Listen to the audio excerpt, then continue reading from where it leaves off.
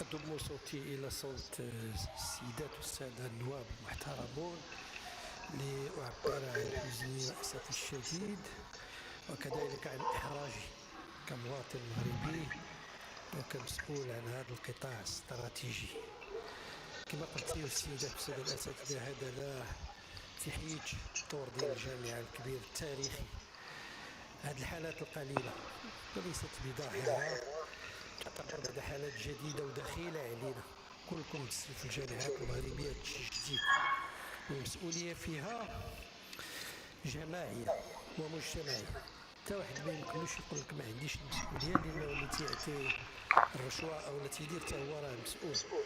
إلا شتيو غير الدائرة ديال الغش في كل المستويات اللي ولات دابا عندنا في الامتحانات، سيروا غير أمام الجامعات، رؤساء الجامعات والمؤسسات تيتكرفصوا لأنه تيجيو السيارات والمطورات كيدوروا الانترنت ديستانس. شي مسؤولة مجتمعية خصنا نجاوبوا عليها. هادشي ما كيعنيش انه المسؤولية ما كايناش عندنا حنا. المسؤولية حنا عندنا جماعية ومتفاوتة. قلت المسؤولية المجتمعية، الإبلاغ تيكون الإبلاغ عند الخضر ما عمرنا ما سمعنا شي حاجة جات من عنده. كاين الهيئة ديال محاربة الرشوة تيمكن لهم يتصلوا بها. كاينه المسؤوليه ديالنا كاملين كاساتذه بدون استثناء وكمسؤولين، من رؤساء الشعب اللي فيهم اللي تيوقف وتيبلغ، وكذلك الهياكل ديال المؤسسات والممثلين لان عندهم هياكل بما فيها الممثلين والشركاء الاجتماعيين ديالنا اللي خصنا نديروا اليد في اليد باش نحدوا من هذه الحالات القليله. المسؤوليه الاداريه ما يمكنليش ما نقولش كاينه مسؤوليه الاداريه على صعيد المؤسسه وعلى صعيد الجامعه وعلى صعيد الوزاره، من الموظف حتى الكاتب العام حتى العميد حتى الرئيس حتى المسؤوليه ديال الوزاره اللي عندها الواجب ديال التتبع والبحث والاستباقيه ووقف التسيب والتدارك. كذلك هادشي عنده اسباب موضوعيه غندوز عليها بعجاله: الارتفاع المستمر في الاعداد والاكتظاظ، وضعف التاطير البيداغوجي والاداري، والمساطير والضوابط المؤطره لسلكي الماستر والدكتوراه، وطبيعه هذه الدفاتر اللي كنراجعوها، ومجموعه من القوانين المنظمه لكل مجالات التعليم العالي اللي اصبحت متجاوزه وحنا خدامين عليها. الاجراءات والاصلاحات الاستراتيجيه والعمليه اللي طرحتيو كذلك جد مهمه واساسيه، لانه غير الزجر بوحده او الحد بوحده راه ما يمكنش نوصلوا لشي نتيجه، وخصوصا في التعليم العالي لانه الذكاء عالي والتكنولوجيا كتطور وما الى ذلك.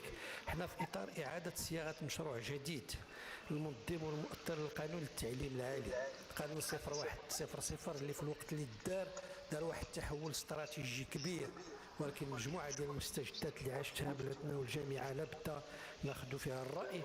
حنا منين درنا المجلس الاستراتيجي دخلنا في المشروع الجديد ما كنتقاسم باش ما يتقالش عليا انه كنهضر على المشروع. كنعطيكم غير بعض النقاط. منين درنا المجلس الاستراتيجي او مجلس الحكماء، لماذا؟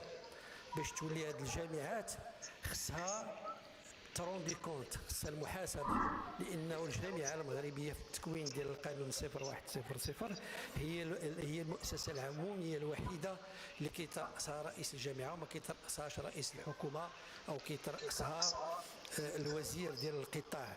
ومع ذلك في اطار تكريس الاستقلاليه المجلس الاستراتيجي غادي ترأسوا واحد الهيئه، غيترأسوا واحد الشخصيه كبيره وغيكون مقنن وغيشوف غير الاستراتيجيات، وغيكون رئيس الجامعه مرغوب باش يدير واحد الحصيله ديال العمل ديالو وبرنامج العمل ديالو ويناقش مع هذا المجلس هذا استراتيجيات، اضافه الى مجالس الجامعات كذلك اللي خلينا لها الاختصاصات ديالها التدبيريه كلها.